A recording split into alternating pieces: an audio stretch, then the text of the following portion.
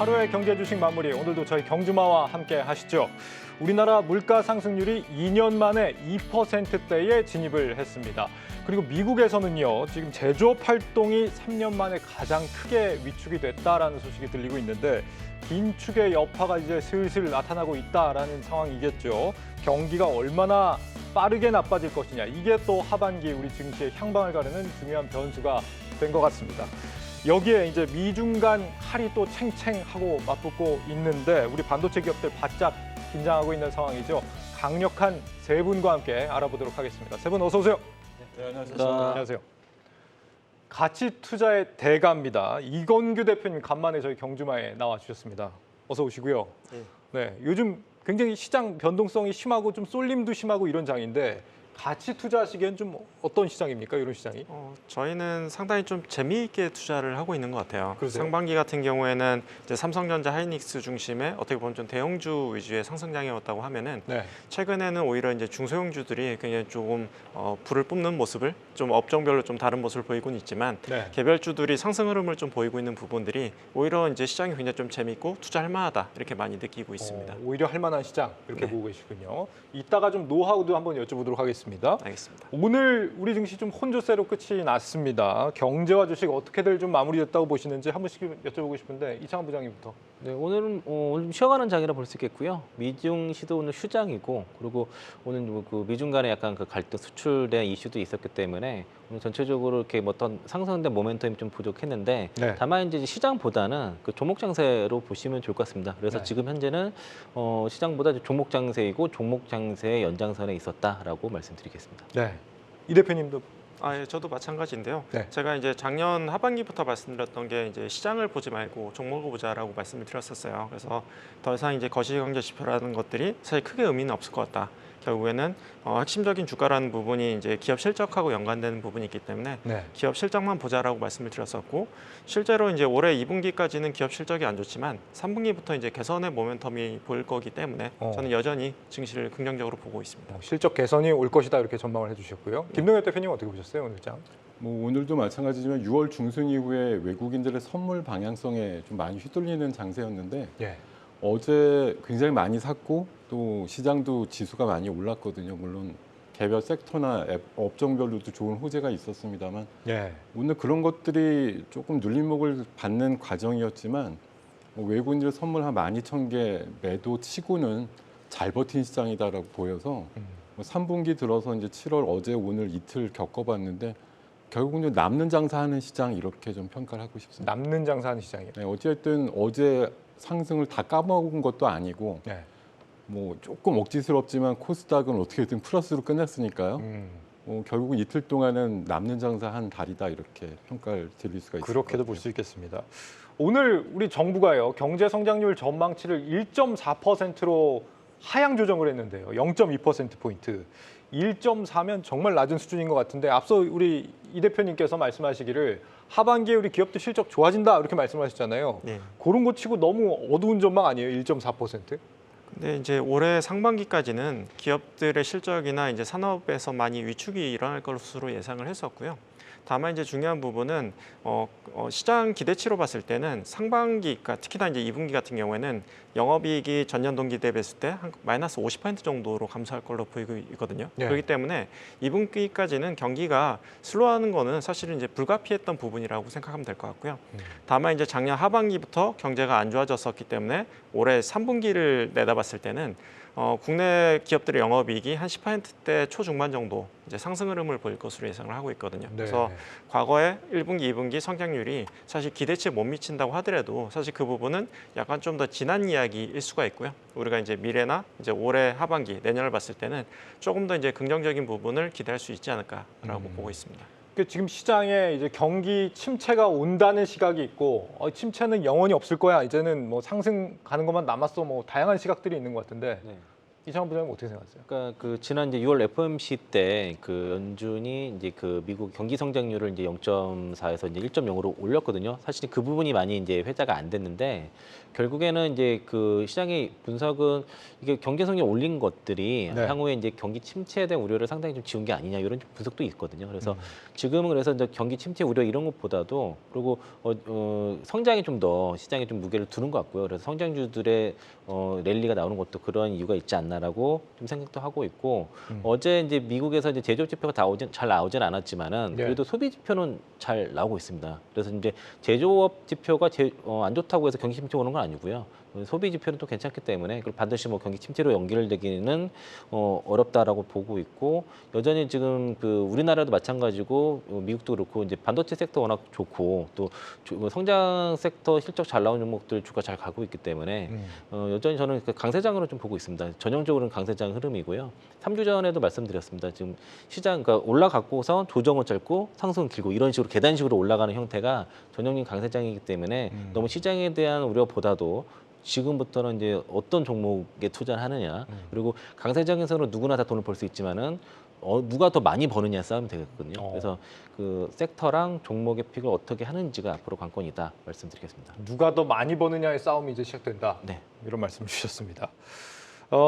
우리 반도체 산업이 지금 미중 갈등 때문에 좀 비상이긴 합니다. 중국이 희귀금속 수출을 8월부터 제한하겠다. 뭐 이런 이슈가 있어요. 반도체 생산의 핵심 원료라고 하는 갈륨과 게르마늄 수출을 막힌다 이런 건데 김 대표님 게르마늄 온천에서 쓰는 용어 아니었습니까? 그렇게 저는 팔재만 좀 쓰는 줄 알았더니 네. 의외로 쓰는 분야가 뭐 반도체를 비롯해서 뭐 방산 분야 이렇게 다양하게 존재를 하더라고요. 갈륨 같은 경우도 사실 이번에 그 반도체 쪽에 뭐 전력 반도체라든가 이런 것 쪽에 이제 소재 쪽으로 해서 지라갈륨이라든가 이런 거 얘기 나올 때 좀 들었던 소재일 뿐이지 네.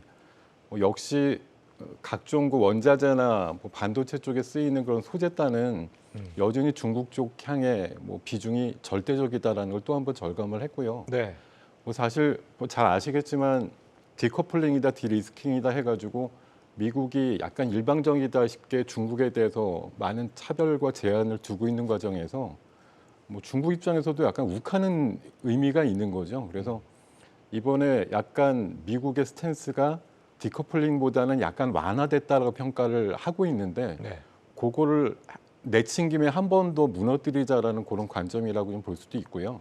옐런 장관의 이제 그 중국 방문을 임박해 있는 상황에서 한 번 더 이제 분위기 조성을 아무래도 홈그라운드 쪽으로 들어오는 거니까 내 쪽으로 좀 유리한 환경을 이끌고자 하는 뜻에서 이런 조치들이 좀 나왔고 네. 그 사전적인 어떤 뭐 상대적인 조치는 미국에서 역시 뭐 엔비디아가 최근에 잠깐 움찔할 때 자료가 됐던 뭐 절정의 기능을 갖고 있는 반도체에 대해서는 중국에 주지 마 이런 이제 수출 제한을 건다라고 하는 것에 대한 반대 극부적인 조치라고 생각을 해야 될 것 같은데 네. 저는 뭐 수출 자체를 막는다 이런 건 아니고 한 번 더 허가를 맡아 이런 거라고 보기 때문에 그 단계는 아직까지 뭐 공고히 돼서 완전히 미국이나 뭐 미국의 동맹국 쪽에는 안 판다 이런 개념으로 제시된 것 같지는 않다라고 해석하고 있습니다. 예. 그러니까 지금 옐런 장관의 방중을 지금 한 3일 정도 앞둔 상황에서 두 나라가 신경전을 벌이고 있는 거에 대한 일환이다 이렇게 보신 겁니다. 저는 일단 그렇게 보고 있습니다. 네, 뭐 한쪽에서는 이제 AI 반도체 팔지 마 이렇게 하고 있고 다른 쪽에서는 그럼 희귀금속 너희한테 안 팔 거야 이렇게 엄포를 서로 놓고 있는 건데 네. 미국이 사실 저는 좀 중국한테 더 원하는 게 있다고 보여지거든요. 예를 들면 뭐 미국 국채를 좀 중국에서 사줬으면 좋겠어라는 게 지금 어떻게 보면 옐런 재무장관의 목표 아닌가요? 어떻게 보세요? 서로 이제 저는 이제 치명적으로 갔을 때 카운터 펀치를 날렸을 때는 본인도 이제 위태로워 줄 수 있기 때문에 사실 서로 이제 잼만 날리고 있다고 생각을 하거든요. 네. 그리고 이제 게르마늄이나 이런 소재 같은 경우에는 사실 핵심 소재라고 하기는 좀 어려워요. 그래서 그런 부분들에 이제 좀 간보기 내지는 내가 이제 제재를 받았을 때 아무런 어떤 액션을 안 할 수는 없기 때문에 사실 어떻게 보면 좀 적당한 수준의 액션을 취하고 있다고 생각을 하고 있고요. 둘 다 이제 서로의 이제 국익을 우선하기 때문에 네. 서로 이제 합의점을 찾아가기 위한 과정이라고 저는 해석을 하고 있습니다. 뭔가 이렇게 거센 언행을 일삼다가 결과적으로는 아름답게 화해하는 뭐 그런- 맨날 하는 말이 있잖아요. 네. 뭐 짖는 개는 물지 않는다고 얘기하는 거 있으니까 사실은 서로 굉장히 으르렁거릴 때가 결정적인 펀치가 나오기 전이죠. 사실 가서 몰래 뒤통수 때리잖아요. 그렇죠. 그런 걸로 보면은 물론 이게 나라 간의 어떤 그런 악유에 있어가지고 뭐 뒤통수 개념으로 말씀드리는 게 좀 어폐가 있습니다만 어찌됐든 서로 이렇게 원하는 바를 대외적으로 이렇게 드러내는 게 차라리 어떻게 보면 숨어있는 리스크가 좀 공개된다는 의미로 봤을 때 네. 뭐 건전할 수도 있다라고 생각을 하고 있습니다. 예. 네. 뭐 큰 사태는 아닐지도 모르겠습니다만, 그러니까 결과적으로 이게 수습이 양국 간에 잘 끝날지도 모르겠지만 최악의 상황을 우리는 한번 상정을 해놓고 한번 생각을 해보자면 네. 만약에 이런 희귀금속의 지금 90% 이상이 중국에서 나온다 그러는데 이게 만약에 수출이 통제된다. 우리 반도체 기업들한테는 아무 문제가 없나요? 국내는 전력 반도체 이런 쪽이 뭐 비중이 낮기 때문에 그렇게 뭐 쓰는 건 아니거든요. 갈륨이라든가 그 게르마늄 같은 경우가 네. 중국에서 많이 나긴 하지만은 이게 또 희귀금속도 아니고 다른 나라에서 얼마나 수입처는 충분히 있고요. 그리고 우리 이제 중국 다음 보복이라고 볼 수 있는 게 이제 주로 AI 반도체라든가 전력 관리 반도체 이런 쪽이 많이 들어가니까 미국이 그 첨단 칩을 중국에 수출 금지하니까 거기에 들어가는 원료를 찍어서 이제 제재를 한 거라고 보시면 좋을 것 같고요. 그러니까 우리나라 업체들한테는 그렇게 많이 쓰는 건 아니다. 그렇게 영향은 별로 없고 굳이 중국이 아니더라도 충분히 조달처는 있다는 거고, 다만 정부에서 혹시 이제 이거 말고 다른 부품까지도 이어지지 않을까 이런 것 때문에 네. 일단 그 갈륨이랑 게르마늄에 대한 지금 그 재고를 좀 체크를 했고요. 그리고 네. 수입 선도 일단은 체크하는 상황이다라고 네. 보시면 좋을 것 같고 그렇게 영향은 별로 없다 말씀드리겠습니다. 정부가 반도체 기업들 모아서 긴급 회의를 했는데 뭐 대체 수입처를 좀 찾아보겠다. 그리고 뭐 대체 물질을 개발하고 비축량을 좀 늘려놓겠다 이런 얘기를 한 것 같더라고요. 이런 거에 대해서 어떻게 평가를 하세요? 아까 말씀 주신 대로 이제 전력 반도체 중심으로 들어가고 우리나라 이제 메모리 반도체 중심으로 이제 생산이 되고 있기 때문에 네. 사실 그 영향이 크지 않다라고 봐야 될 것 같고요. 우리가 이제 조금 더 이제 주목해야 될 부분은 조금 더 이제 신성장 동력에 좀 더 주목을 해야 될 것 같아요. 네. 그래서 최근에 이제 HBM이라든지 DDR5라든지 이런 쪽으로 이제 어떻게 늘려갈 수 있을까를 좀 고민하는 것이 현재 국내 업체들한테는 더 중요한 요소다 이렇게 말씀드릴 수 있겠습니다. 예. 김 대표님, 지금 이제 이창용 한국은행 총재가 또 오늘 들어온 보도에 따르면 네. 중국의 인민은행 서열 1위 판궁성 서기하고 또 긴급 회동을 했다는 얘기가 있더라고요. 한중 네. 금융 협력을 논의했다. 네. 지금 미중 간에 좀 갈등이 치달아가고 있는 상황에서 한중 간의 금융 협력을 논의했다. 이거 어떻게 봐야 됩니까? 뭐 금융 쪽에 저는 한정을 해서 둘 문제는 아니라고 생각이 들고 네. 저는 약간 요새 이제 미중 간의 그런 갈등이 조금 뭐 수준과 레벨이 달라졌다라고 판단을 하는데 약간 이제 정치적인 얘기를 드리기는 좀 조심스럽지만 네. 우리는 조금 대중국 쪽으로 약간 요새 강경기류가 좀 있었던 부분이 있거든요. 근데 난데없이 바이든이 G7 와가지고 중국하고 해빙 모드를 가져보겠다 이렇게 얘기한 이후에 블링컨 장관도 중국을 갔고 네. 옐런 장관도 5년 만인가 뭐 이렇게 가잖아요. 네. 그런 이제 행보를 보이는 게 약간 우리 입장에서는 조금 한 달이 또 걸쳐 놔야겠는데 이런 생각을 할 수 있으니까 네. 제 생각에 그런 의미로 봤을 때 한중 간의 사이를 약간의 이제 간극을 좀 좁히는 정도의 어떤 제스처로 생각을 해야 될 것 같고 사실 뭐 명목적으로 무슨 뭐 한중 간의 수합이 일어난다든가 이런 식의 구체적인 결과가 나오지는 않을 것 같다고 저는 생각하고 있습니다.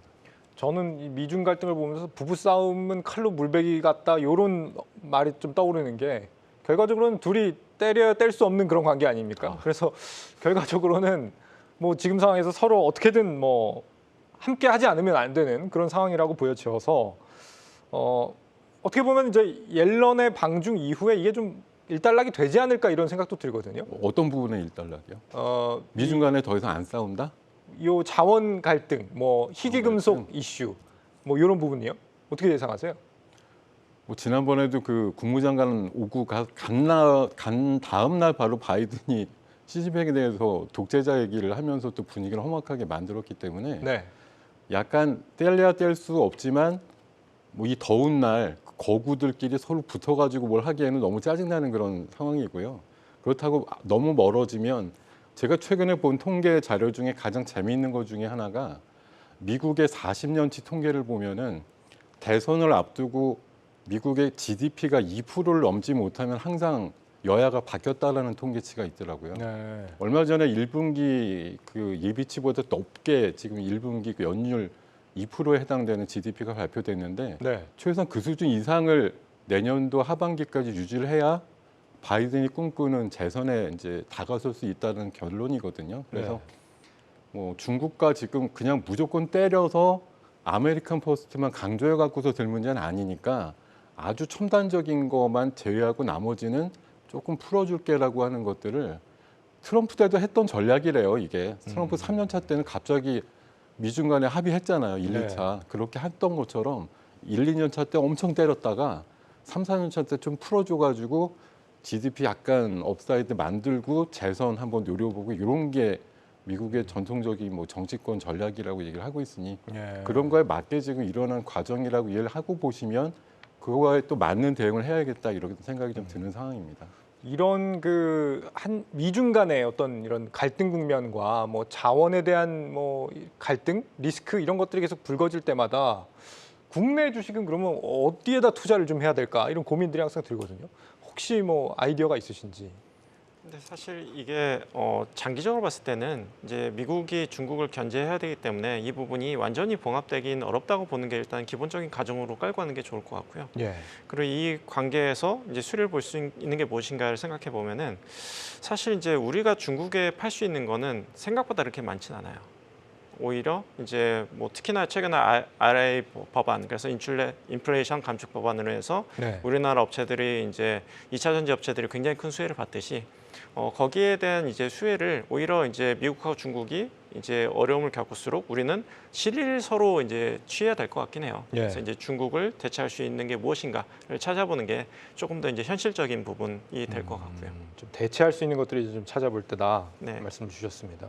여기 대해서 이창호 부장님 어떻게 생각하세요? 뭐 우리 코너에서 뭐 여러 말씀드렸던 것들이 그 미국의 이제 IRA법이 대표적으로 수혜되는 게 이제 특히 이제 리튬의 그게 핵심이니까 그 리튬 관련 종목을 좀 많이 보시면 좋을 것 같고요. 거기에 이제 뭐좀 강남 어르신들이 가장 많이 사신다는 포스코홀딩스 중심으로 좀 보시면 네. 개인적으로 좀 좋을 것 같다 보고 있습니다. 네. 지금 이 반도체 이슈가 터지다 보니까 삼성전자, 뭐 하이닉스 주가 어떻게 갈 거냐 여기에 대한 관심들이 많았는데 오늘 보니까 막상 뭐 주가 흐름이 나쁘지는 않았던 것 같거든요. 이 뭐 자원 뭐 요 리스크랑 별로 관계가 없이 흘러간 것 같아요. 대표님 이거 어떻게 생각하세요?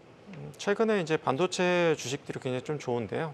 특히나 이제 AI 반도체의 수요가 좀 좋다 보니까 네. 기본적인 이제 메모리 반도체 수요도 좀 증가할 수 있는 부분이 한 가지 있고 네. 또 가장 직접적으로 좀 연결될 수 있는 부분이 아까 잠깐 언급됐던 HBM이라든지 DDR5라든지 이런 쪽이 기존 반도체에 비해서 이제 단가도 높을 뿐만 아니라 향후 2, 3년 봤을 때 연간 한 50%씩 수요가 성장할 것으로 예상을 하고 있거든요. 그래서 네. 그런 쪽으로 어떻게 대응하느냐가 굉장히 좀 중요한 시점이 됐다라고 보면 될 것 같고요. 그리고 예. 거기에 대한 기대감이 지금 주가에 좀 묻어 있다라고 보면 될 것 같고 마지막으로는 최근에 조금 이야기 나오고 있는 것들이 뭐 주요 메모리 3사가 감산을 하다 보니까 3분기에는 디램 가격이 바닥을 찍고 반등하는 게 아니냐라는 이야기가 이제 예. 솔솔 나오고 있는 것 같아요.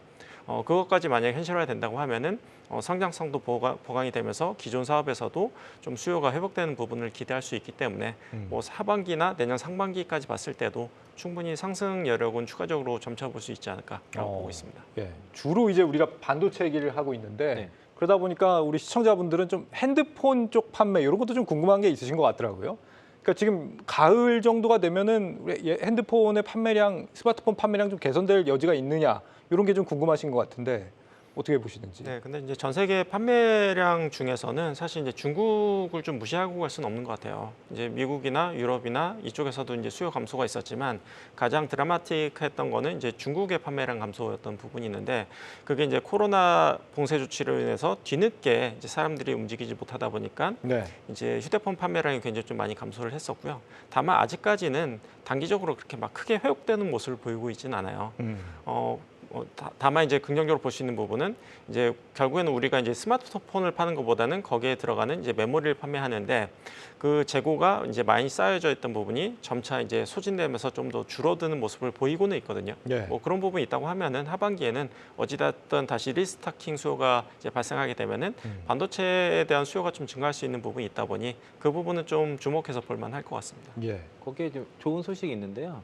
그러니까 중국이 올해 이제 그 스마트폰 출하량 발표를 한 번도 안 하다가 네. 5월달에 출하량 발표를 처음 했는데 스마트폰 출하량. 네, 근데 턴어라운드를 했습니다. 어. 그래가지고 그 좋은 성이 하나 있고요. 그리고 노트북 출하량이 지금 거의 뭐 1년 만에 이제 상승으로 전환이 됐거든요. 그래서 반도체 쪽도 업황 자체는 좀 바닥을 친 것 같다는 생각이 들고, 다만 제가 이제 전에 이제 그 반도체 주가의 상승 사이클에 대해서 강조를 많이 드렸어요. 감산과 그다음에 고객사 재고 감소, 그다음에 실적으로 이어지는 그 신규 수요와 네.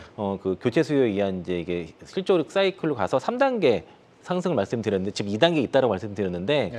근데 조금 헷갈리는 이슈가 좀 발생했습니다, 최근에. 왜냐면은 첫 번째가 이제 마이크론이 추가 감산을 했다는 이슈가 하나 있었고요. 그러면 사이클이 약간 뒤로 가는 게 좀 있고, 또 하나가 지금 SK 하이닉스가 8월에서 9월 달에 지금 감산설이 좀 있거든요. 그래서 이게 좀 확인할 필요가 있다고 생각이 들어서, 그래서 만약에 이제 삼성전자나 SK 하이닉스 쪽에 선택을 한다면은 일단은 하이닉스는 약간 유중에 대한 약간 설도 있고, 그리고 감산도 있기 때문에 조금 좀 유보해서 보시고, 선택을 한다면 삼성전자 위주로 보시는 게 좀 지금은 좀 더 나은 선택이라고 보고 있습니다. 우리 시청자분 궁금증이 조금 더 있는데 네. 유럽에 또 최근에 배터리 뭐 분리 이슈가 있잖아요. 혹시 아세요? 어떤 분리 있습니까? 기존에 이제 배터리 항상 스마트폰에 내장돼 있는데 유럽이 이제 환경 규제하면서 배터리를 뗄 수 있는 규제를 신설했단 말이죠. 요 탈식으로 예, 네, 탈식으로 그렇고요. 바꿀 수 있게 해야 된다.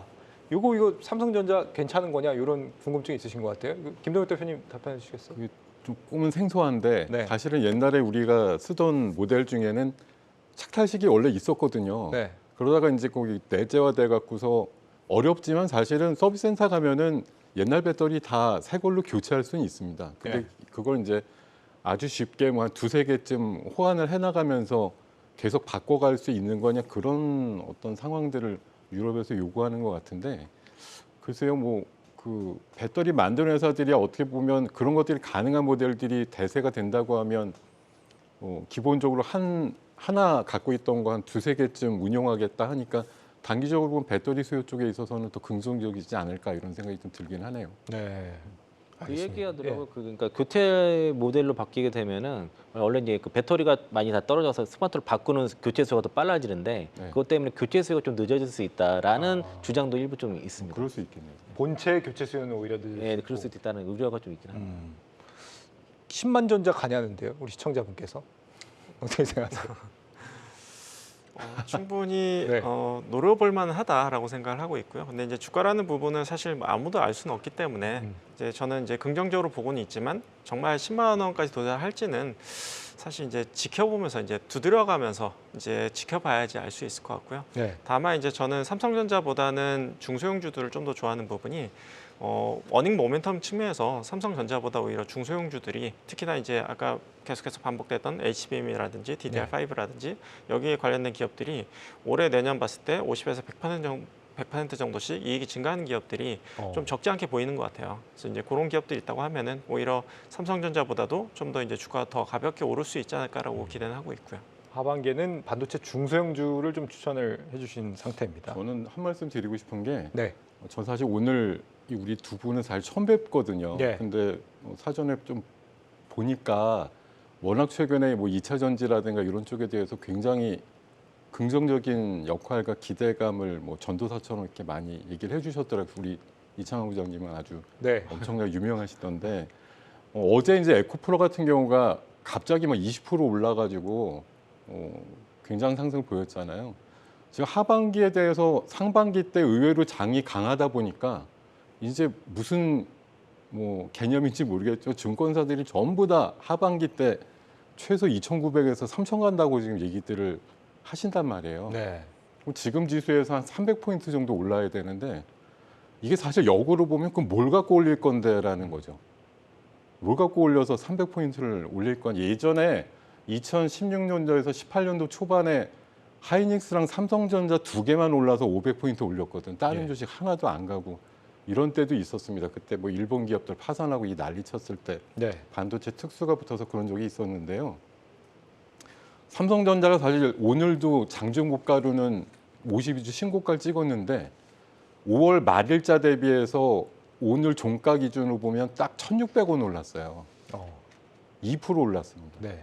근데 표면적으로는 52주 신고가라고 얘기를 하죠. 가지고 있는 분들은 속 터지죠.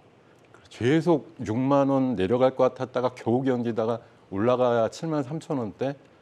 8만 원, 9만 원, 10만 원 언제 저는 이게 요렇게 계단식으로 조금씩 가갖고서는 답이 없다고 생각하고요. 한번 우리나라가 될 것 같으면 어저께 제가 이제 사전에 밑밥으로 던져서 2차 전지 얘기를 드린 게 에코프로식의 상승이 한번 나와야 돼요.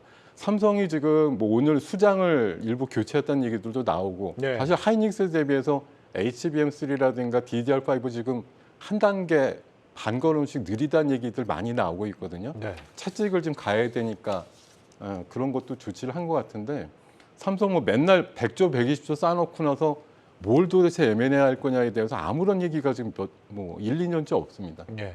결국은 삼성이 가서 퀀텀 점프를 하루에 막 5% 아니라 10% 정도씩 올라가는 그런 날이 분명히 저는 도래할 거라고 보고 그래야지 지수가 아주 재빠르게 성큼성큼 올라가서 2,900, 3,000을 찍는다 이렇게 보는 예. 시각입니다. 방금 김동현 대표님 말씀하신 그 파운드리 수장 교체 건 있잖아요. 네. 뭔가 혁신을 좀 새로 해보겠다 이런 의지 같기도 한데 정말 그 말씀하신 것처럼 퀀텀 점프할 수 있는 그런 기회로 작용하게 될 거라고 보시는지 어떻게 좀 생각하세요? 지금 파운드리 삼성 파운드리가 놓인 지금 현 상황도 같이 좀 분석을 해주시면서 해주시면 좋을 것 같아요.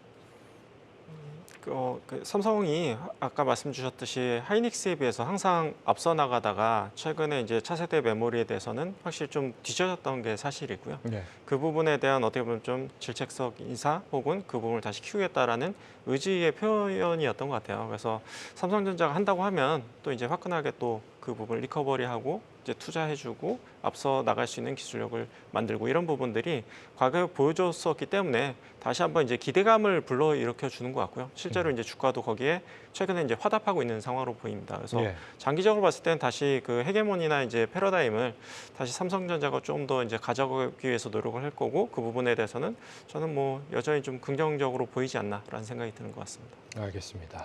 이렇게 시청자분들의 질문을 함께 반영을 해서 질문을 드려봤고요. 요즘 우리 증시의 움직임이 사실 이 미국 나스닥 움직임하고 맞물려 돌아가다 보니까 미국 시장의 상황을 좀 같이 얘기를 해보겠습니다. 테슬라가 7% 급등을 간밤에 했더라고요. 네. 2분기에 차가 엄청나게 많이 팔렸다는 얘기 아닌가요, 이거? 그렇죠? 뭐 그냥 예상보다 잘 나왔고요. 네. 그 생산이 뭐 47만 9,700대였고 이제 거기 판매가 이제 46만 6,140대에서 생산은 85.5%, 이제 그 판매는 83% 와이어 값으로 증가를 했고요. 컨센서스가 이제 판매가 그 44만 5천 대였으니까 컨센서스보다 잘 나와서 어제 뭐 시간에 뭐 6% 나왔고 이제 시장에서는 어저께 그 6.9% 끝났고요. 네. 그리고 그 테슬라 올라가니까 뭐 루시드 같은 경우도 7% 오르고 그 리비안이 17% 올랐거든요. 리비안도 이제 출하량 그 생산 판매가 좀 예상보다 잘 나와서 어제는 그래서 뭐 미국 시장이 좀 부진했는데 그냥 전기차 데이였다고 그렇게 보시면 되겠고요. 네. 그리고 이제 특이한 거는 어제 보면은 이제 전기차 종목뿐만 아니라 그 리튬 관련 종목들도 같이 좀 급등을 했습니다. 뭐 SKM이라든가 그 리튬 관련 종목들도 최근에 그 필바라 미네랄 같은 경우도 이틀 연속 급등세가 나타나서 최근에 리튬 가격들이 다시 올라가고 리튬주들이 초강세 있는 것도 이것도 이제 사실은 그 우리 시장에서는 에코프로 같은 종목들도 영향을 좀 주는 이슈 중에 하나였다라고 보고 있습니다. 네. 그러니까 2차 전지 여쭤보기 전에 여쭤보려고 했어요, 제가. 근데 네. 그건 좀 이따가 여쭤보고 일단 그 전에 지금 전기차로의 전환이 좀 빨라진다는 소식에 원래 같으면 좋았어야 되는데 우리 현대차 같은 경우는 약간 좀 걱정을 오히려 더 많이 하게 되는 그런 상황이 아닌가 싶어요. 지금 차가 굉장히 많이 팔리고 있다는데도 불구하고 그렇게 주가는 못 가고 있는데 그 배경으로 꼽히는 게 전동화 이후에 어떤 불안감 이런 것들이 좀 작용하고 있는 것 같거든요. 이 부분에 대해서는 어떻게 생각하세요? 김 대표님 한번 여쭤보고 싶은데. 그 단적으로 말씀드리고 싶은 거는 지금 말씀 주신 데이터대로 이제 근거를 보면 올해 테슬라가 목표로 하는 자기네들의 자동차 판매 대수가 약 200만 대 정도 될 겁니다, 아마. 근데 얘네들이 얼마 전에 발표한 수치를 보면 2030년도에 목표치가 2천만 대거든요. 네. 잘 아시겠지만 1년에 팔리는 신차 자동차 대수가 경기 좋을 때 한 9천만 대 좀 넘어가고 팬데믹 때 좀 안 좋을 때는 8,500만 대 내외. 그러니까 거의 뭐 조금 이제 늘어난다고 보면 1억 대 기준으로 보면 될 것 같은데 네. 테슬라가 여전히 2030년에 그리고 있는 꿈은 자기네가 20% 차지하겠다는 얘기인데 그런 1억 대 중에 2천만 대를 팔겠다는 건 지금 전 세계 탑티어 완성업체들 중에 20% 넘어가고 이런 회사들이 없어요. 네. 많아봐야 10%가 될까 말까. 현대차 이번에 26년도에 1등 된다고 하는 시나리오에도 나온 현대기아차의 점유율은 9.2%인가밖에 안 되거든요. 사실 상위 한 10개사 정도가 도토리 키재기입니다. 한 5%에서 9% 내에서 치고받는 정도의 이제 강세인데 예. 저는 못 간다고 했을 때 물론 여러 가지 요인들이 있죠. 뭐 엔진에 대한 여전한 불안감, 소송권, 뭐 얼마 전에 회자됐던 현대기아차 제일 털기 좋은 차, 뭐 조등막이 좋은 차 이래서 집단 소송 받는 것도 있고 여러 가지 이슈가 있겠지만 예. 저는 단적으로 방금 테슬라 2천만 대 말씀드렸는데 얼마 전에 현대기아차에서 코퍼레 데이 때 발표한 2030년도 때 전기차 목표가 얼마인지 아시죠? 얼마입니까? 187만 대였다가 그나마 올려서 200만 대로 올렸어요. 네.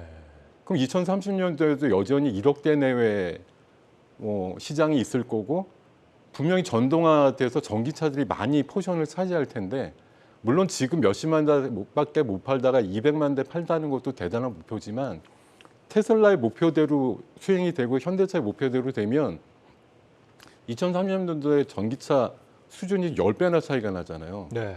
지금은 그 정도만큼이 아닐 수도 있는데 저는 거기서 차이가 크다고 봐요. 2천만 대 파는 회사랑 그러니까 지금 기존의 내연기관 차에서 이걸 전면적으로 한 2, 3년 뭐 완전히 폭망할 생각하고 완전 전동화로 돌리지 못하는 이유가 현대기아 얼마 전에 기아차 1분기 실적에서 나왔듯이 영업이익률이 상당하게 나오잖아요. 예. 원가가 덜 들면서도 만들 수 있는 체계가 있다 보니까 지금은 신나게 내연기관차 뽑아내서 팔면 이익이 많이 남거든요. 근데 이거 포기하고 전동화 쪽으로 가려고 이번 소아리 공장 이번에 하나 멈췄지만 연말이든 한 1, 2년 멈출 수 있겠냐고요. 그거 못하죠. 그러니까 답이 안 나오는 거죠. 네. 네, 근데 최근에 이제 테슬라가 좀 더 이제 차별화된 움직임을 보인 거는 예. 전기차 이제 판매될 수도 있지만 이제 플러스 알파적인 요소가 좀 있었던 것 같아요. 그러니까 전 세계 이제 완성차 업체들이 테슬라의 이제 그 충전 시스템을 속속히 도입하기 시작했던 부분이 있거든요. 네. 그 얘기는 뭐냐면은 엄청나게 테슬라는 충전 인프라를 갖추고 있고 다른 완성차 업체들이 만약에 테슬라의 충전소에서 충전한다고 하면은 충전 사업이 새로 추가되는 부분이 있거든요. 그래서 네. 그 사업에서만 수백억, 수천억의 이익을 향후에 거둘 수 있다는 점에서 그러니까 신규 사업이 이제 새로 생겨나는 그런 효과를 좀 가져올 수 있다라고 보면 될 것 같고요. 그리고 테슬라 같은 경우는 뭐 ESS라든지 뭐 자율주행이라든지 추가적으로 앞으로 이제 꿈을 꿀 수 있는 부분들이 좀 많이 있는 것 같아요. 그래서 네. 그런 쪽에 좀 차별화 흐름을 보였다라고 보면 될 것 같고요. 예. 그리고 현대차, 기아차 같은 경우에는 이제 지겹도록 이제 이야기되는 게 이제 피크아웃 우려. 그래서 이제 올해 엄청나게 실적은 좋지만 내년에는 실적이 둔화되는 거 아니냐라는 부분에 확실히 이제 계속해서 이제 짐을 갖고 간다라고 보면 될 것 같은데요. 네. 다만 이제 긍정적으로 볼 수 있는 부분은 우리가 이제 특히나 이제 자동차가 소비가 둔화됐던 부분이 이제 코로나 시기 2019년부터라고 봤을 때는 거의 한 4년, 5년 정도 이제 그 이연 수요가 좀 존재하거든요.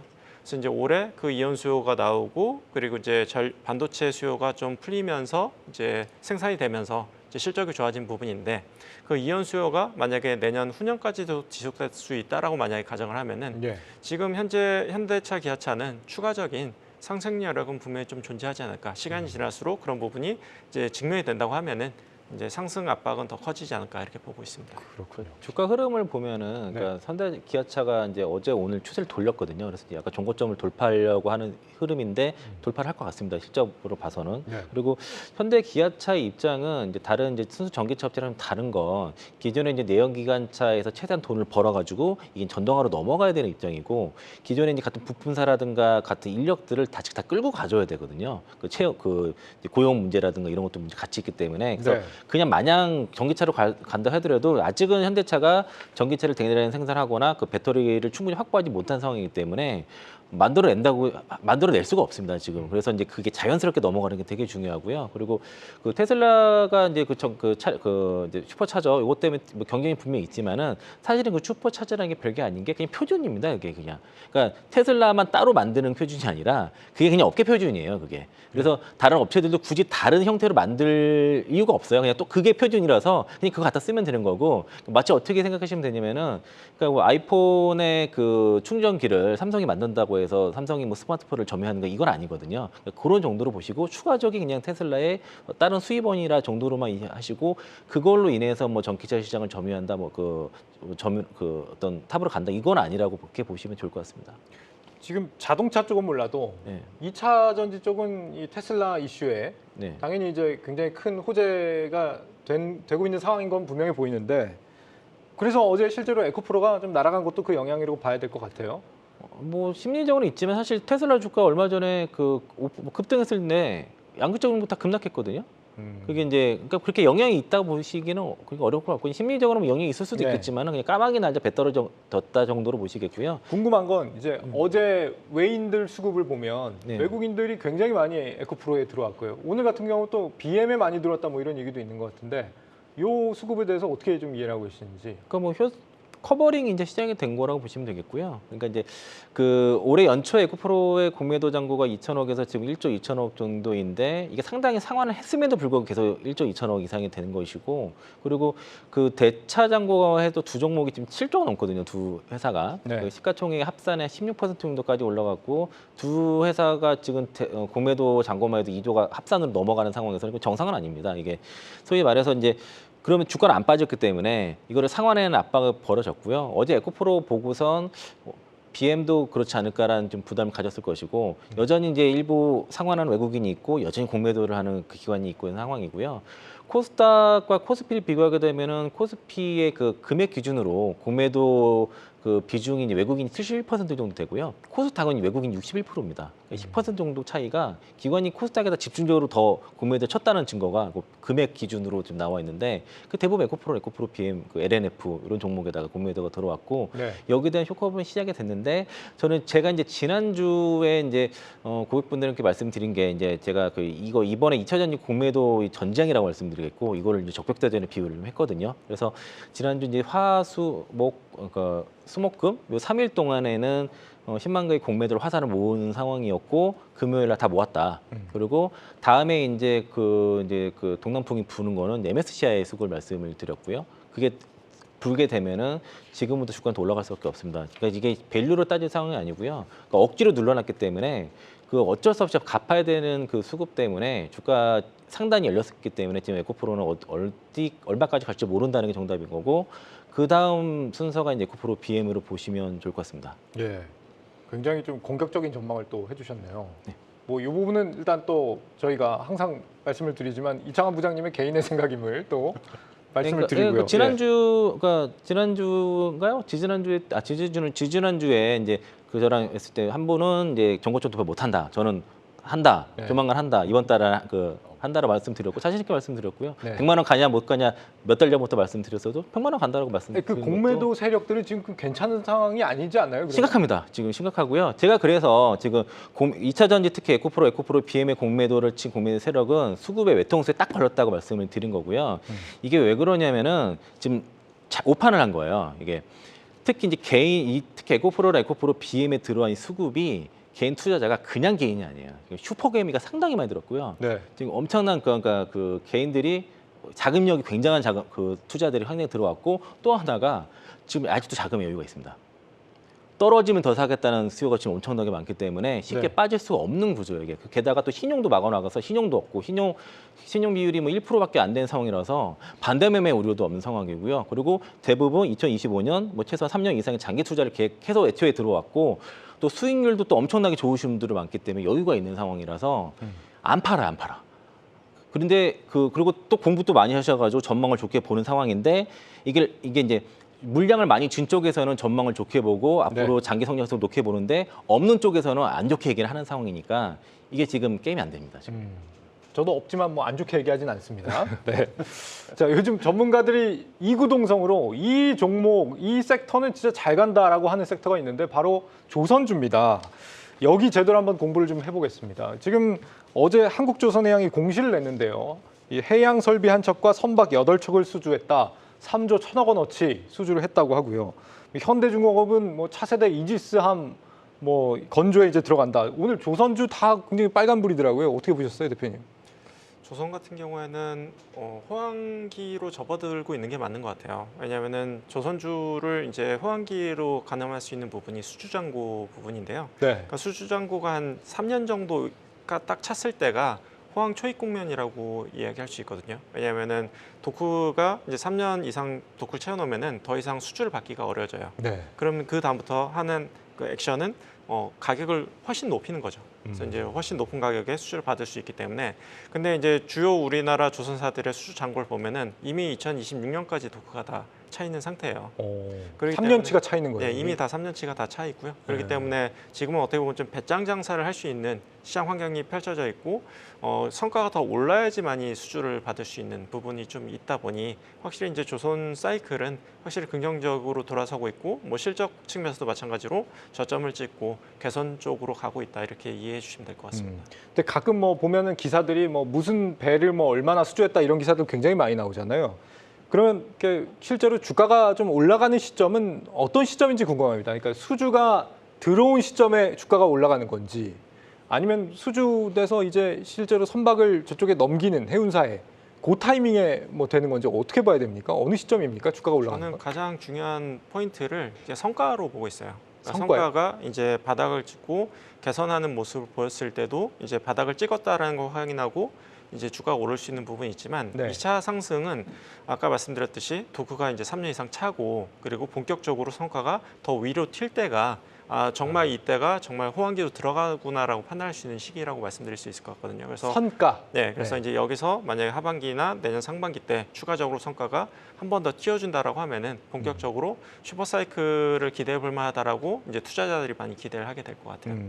배가 뭐 종류가 굉장히 많더라고요. 무슨 뭐 LNG도 있고 PC, TC 뭐 이런 선도 있고 정확하게 뭐 요즘 트렌드가 어떻게 됩니까? 그냥 계속 LNG가 잘 나가나요? 김 대표님? 배 종류는 사실 그렇게 지식이 많지 않아가지고 네. 잘 모르겠고 아까 뭐 옆에 우리 대표님도 말씀 주셨지만 저는 그 조선주에 대한 어떤 사이클상으로 봤을 때 매수 적기라고 하는 건 개인적으로는 수주가 시작되고 숫자로 찍히는 걸 보여주는 게 거의 9개월에서 1년 뒤라고 제가 알고 있거든요. 맨 처음에는 이제 계약금만 좀 받고 있다가 네. 보통 배 건조하는데 보통 뭐 배 크기 나름이겠지만 네. 한 1년 반에서 2년 정도 걸린다고 알고 있는데 그 본격적으로 중도금이나 이런 거를 이렇게 받고 해서 회계적으로 숫자가 분명히 늘어나는데 이런 걸 보여주는 게 저는 어렴풋이 알고 있기로는 9개월 정도 지난 시점이라고 알고 있어서 수주 받고 나서 뭐 9개월 이제 뒤. 우리가 네. 사실 수주 얘기를 한 지는 근 1년쯤 된 것 같아요. 네, 맞아요. 수주가 막 잘 됩니다 이럴 때도 그때 주가 안 갔어요. 안 갔습니다. 왜냐하면 그때는 회계상으로 숫자는 여전히 그 전에 뭐 빅베스를 했던 그 부분이 계속 잔여물로 남아 있었기 때문에 숫자적인 어떤 턴어라운드가 없었거든요. 네. 근데 지금 어느덧 하반기 되면 분명히 1분기 때도 별로였지만 3분기부터는 드라마틱하게 숫자가 나온다고 지금 얘기를 하니까 탄력이 생기고 있는 부분이라고 생각이 들기 때문에 앞서서 말씀 주신 대로 이게 지금 저는 그렇다고 생각해요. 조선주들도 지금 이게 도크를 더 늘리고 어서 오십시오 이러고 있는 게 아니에요. 맛집에 줄을 섰는데 줄 서. 우리 앞으로 그 3일치 그러니까 3년치 만들어 줄 건 이미 찾는데 너 3년 1개월짜리, 3년 5개월짜리, 4년짜리 이렇게 줄 서서 기다려라 이러고 있는 거거든요. 예. 그래야 맛집이 오래 가죠. 빨리 증설해서 옆가게 터가지고서 빨리 줄게요 이러면 그때 끝나요. 예. 딴집 지금- 갈 우려는 없는 거예요. 지금 그리고 인력을 못 구한다 이런 얘기들 네. 많았었잖아요. 근데 오늘 기사 나온 것 중에 뭐 있었냐면 네. MZ 세대들이 청바지 입고 와서 일하기 시작했다 이런 얘기 나오거든요. 네. 사람들도 구하고 있으니까 일단 주문받은 건 원활하게 뭐 주문 그 일정대로 준다. 이게 이제 공고해지면 조선주는 큰 문제는 없는 거죠, 사실. 지금 오히려 수주 많이 받아놓고 납기 못 맞출까 봐 그거 네. 걱정하고 있었는데. 제가 말씀드렸는데 다른 맛집으로 가는 걱정은 없는 겁니까? 뭐라 앞에서 그 포인트를 다 말씀하셨고요. 그러니까 조선주들의 그 주가 상승 사이클에 이제 첫 번째 이제 신조선가 네. 상승이 있고 수주랑 그 실적으로 연결되는 거에서 다 말씀을 해주셨고요. 네. 추가로 말씀드리면 이제 조선주 이제 인력 구하는 문제가 원래는 그 조선업에 계셨던 분들이 그 삼성전자 평택공장 쪽으로 많이 가셨다가 최근에 이제 거기 많이 다시 빠져나와서 조선업으로 다시 되돌아가고 있다고 하십니다. 그래서 거기에 이제 평택 공장에 이제 식당 하신 분을 알고 계시는데 예. 손이 확 줄었답니다. 특히 이제 거기 삼성전자 직원들은 내부에서 먹는데 외주 직원들이 주로 밖에서 먹는데 지금 확연히 좀 줄었다는 상황이라서 그 인력들이 좀 최근에 외주 인력들을 많이 이제 계약을 해지하고 그래가지고 지금 그 인력들 다시 이제 조선업으로 좀 갔다는 얘기가 있어서 아마 젊은 사람들이 청바지 입었다는 얘기가 사실일 가능성이 높다라고 예. 보고 있습니다. 제가 아무리 좀 바보 같은 질문을 드렸지만 아무도 저의 질문에 답변을 해주시지 않고 알겠습니다. 그러니까 한 몇 년간은 요 슈퍼사이클이 갈 수도 있다 이런 기대감들이 좀 있는 것 같은데 마지막으로 이제 요 얘기를 한번 좀 다뤄보고 싶습니다. 이건 또 다른 얘기입니다. 그러니까 전 세계 증시 투자자 자금이 지금 어디로 몰리고 있냐라고 하면은 단연 이제 미국의 이제 빅테크로 몰리고 있는 상황이잖아요. 근데 마침 빅테크가 이달 말에 25일부터 27일 사이에 막 줄줄이 실적 발표가 있단 말이죠. 그럼 실제로 사람들이 갖고 있는 기대감과 실제 실적이 그만큼 받쳐줄 것이냐, 여기에 대한 괴리가 좀 있는 것 같더라고요. 실적에 대해서 어떻게 좀 기대를 하시고 주가는 그러면 어떻게 움직일까? 어떻게 예상하시는지. 근데 업종별로 많이 다를 것 같기는 해요. 근데 지금 상반기까지는 경제가 대부분 안 좋을 것으로 예상을 했기 때문에 사실 네. 기존에 이제 예측치라는 게 그렇게 막 공격적이지는 않았었거든요. 그리고 최근에 AI 반도체라든지 이런 부분들이 네. 개선된 부분도 정말 2달 전 뭐 이 정도의 느낌의 이야기이기 때문에 예. 뭐 실적 발표도 이제 기대치보다 더 이제 긍정적으로 나올 가능성이 있다라고 저는 보고 있고요. 그리고 앞으로 전망치 자체도 조금 더 이제 상향이 되면서 긍정적인 시장의 흐름을 좀 유지할 수 있지 않을까 싶고요. 다만 이제 주가라는 부분이 얼만큼 선반영되는가는 조금 더 고민이 필요할 것 같아요. 예. 그런 부분들이 이제 개별 주식별로 좀 다를 거기 때문에 뭐 지나치게 먼저 주가가 먼저 많이 오른 주식 같은 경우에는 예. 그 부분이 이제 선반영돼서 뭐 추가적인 승탄력이 좀 둔화될 수 있는 여력이 있긴 하지만 전체적인 큰 틀에서 봤을 때는 저는 뭐 여전히 긍정적이지 않을까 이렇게 보고 있습니다. 실적이 예상만큼이나 잘 나올 가능성이 있다 이런 말씀을 주셨고요. 제가 주제를 하나 빼먹었대요. 다시 돌아가서 질문을 좀 드리자면요. 요즘 날씨가 굉장히 지금 정말 살인적으로 지금 덥잖아요. 네. 그러다 보니까 지금 전력 관련주들이 좀 움직였습니다. 이 LS 일렉트릭, 현대 일렉트릭 이 기업들 뭐 어떤 기업들입니까? 그냥 일렉트릭이라고 되어 있는데. 주로 이제 산업용 변압기 쪽에 좀 특화되어 있는 기업들이라고 보시면 되겠고요. 네.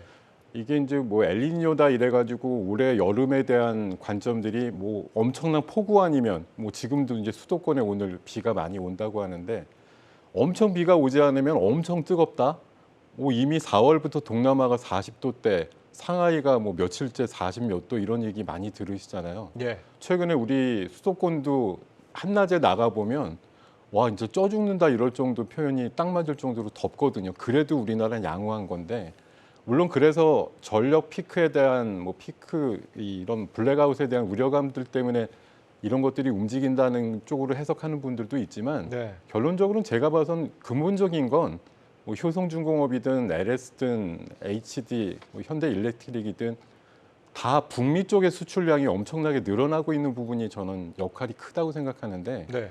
뭐 익히 기사화된 내용이지만 내구 연한이 뭐 33년이 넘은 산업용 변압기가 미국의 3분의 1 이상이 깔려 있다고 하는데 그것들의 교체 수요를 할 때 미국이 지금 그런 인프라 투자에 대응할 만한 생산 시설이 없기 때문에 결국은 제일 가성비 좋고 품질 좋은 우리나라 걸 찾는다라는 얘기에서 제가 알기로는 작년도 대비해서 올해 그 주요 기업들의 북미 수출 변압기 양이 약 36% 정도 늘었거든요. 다른 대륙들도 한 15에서 20% 늘었지만 유독 북미 쪽의 수출이 엄청나게 잘 되고 있습니다. 그래서 그 숫자적인 측면에서 그리고 앞으로 교체 수요가 많다. 그리고 제가 개인적으로 알고 있는 그 재룡전기라고 하는 예. 소형 변압기 만드는 회사 그 선배분이 계신데 임원으로 계신데 네. 그분 얘기도 똑같아요.